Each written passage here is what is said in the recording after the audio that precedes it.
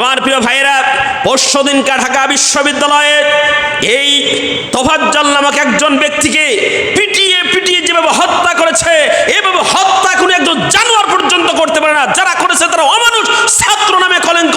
এদেরকে ধরে অতি দ্রুত আইনের আওতায় নিয়ে আসা দরকার। সম্মানিত ভাইরা আমার, যেই ছেলেটাকে মারা হয়েছে মোবাইল চুরির অপরাধে, একটা মোবাইল চুরি করেছে, সে তো যেই দেশে হাজার হাজার কোটি টাকা চুরি করে বিদেশে পাড়ি দেওয়া হয়, সেই দেশে কোনো একজন ব্যক্তিকে ধরা হয় না। আর একজন মোবাইল চুরি করেছে ধরলাম, আর তাকে পিটিয়ে পিটিয়ে হত্যা করা যেই দেশের সংস্কৃতি, সেই দেশে রক্ত দিয়ে ছাত্র জনতা স্বাধীন করে নাই। এই জন্য প্রিয় বন্ধুগণ আমার, আল্লাহ রাব্বুল আলামিন একজন নিরপরাধ মানুষকে কেউ যদি হত্যা করে তাহলে গোটা জাতিকে সেজন্য হত্যা করলো। কোরআনুল কারিমে এই কথা বলেছেন।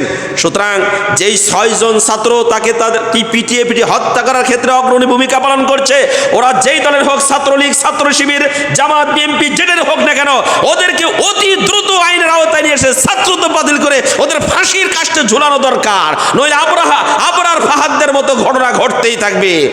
প্রিয় বন্ধুগণ আমার, এদেশে আইন কারো হাতে তুলে নেওয়ার সুযোগ নেই। যারা আইন হাতে তুলে নেয় ওরা এই দেশের সবচেয়ে বড় শত্রু।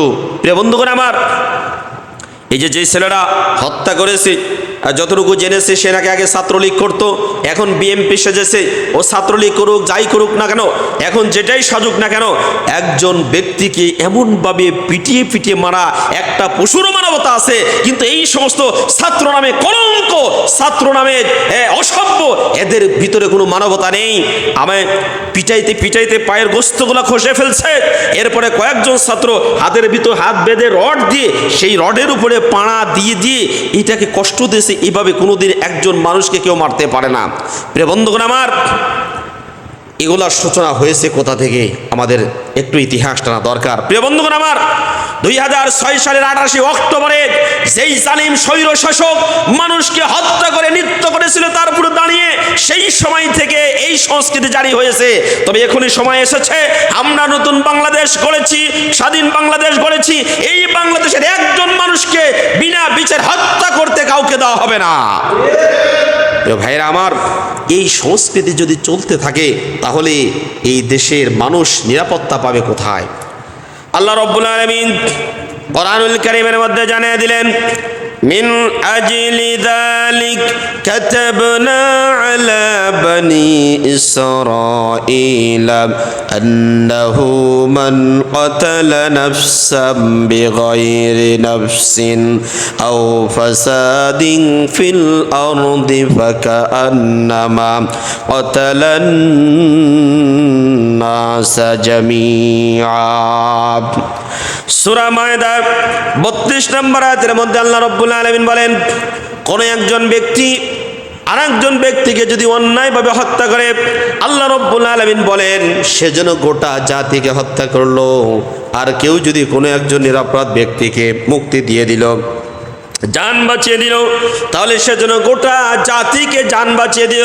প্রিয় বন্ধুগণ আমার, এই তোফাজ্জল হোসেন নামক ব্যক্তি হয়তো একটা মোবাইল চুরি করেছে, এটাই হলো অপরাধ।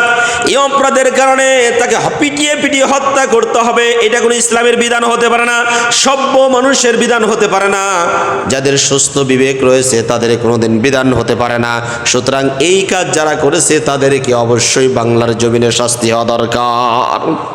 প্রিয় বন্ধুগণ আমার, আল্লাহ রাব্বুল আলামিন আরেকটা আয়াতে কারিমার মধ্যে তিনি জানিয়ে দিয়েছেন, নিরপরাধ মানুষকে যদি কোনো ব্যক্তি হত্যা করে তাহলে তাকে 5 ধরনের শাস্তি ভোগ করতে হবে।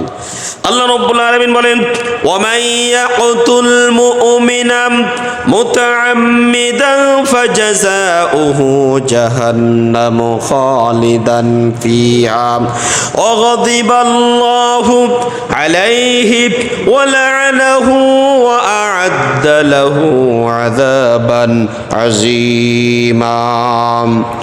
সূরা নিসা 93 নম্বর আয়াতের মধ্যে আল্লাহ রাব্বুল আলামিন জানিয়ে দিলেন, যেই ব্যক্তি নিজেদের ব্যক্তির স্বার্থ হাসিল করার জন্য কোনো একজন নিরপরাধ মানুষকে হত্যা করবে, আল্লাহ রাব্বুল আলামিন 1 নম্বরে তার শাস্তি দিবেন, তাকে জাহান্নামে দিবেন। ওই জাহান্নামে তারা চিরস্থায়ীভাবে থাকবে। 3 নম্বর আল্লাহ রাব্বুল আলামিন তার উপর রাগান্বিত হবেন। 4 নম্বর তার উপর লানত দিবেন। 5 নম্বর তার জন্য অনেক বড় ধরনের শাস্তি প্রস্তুত করে রেখেছে।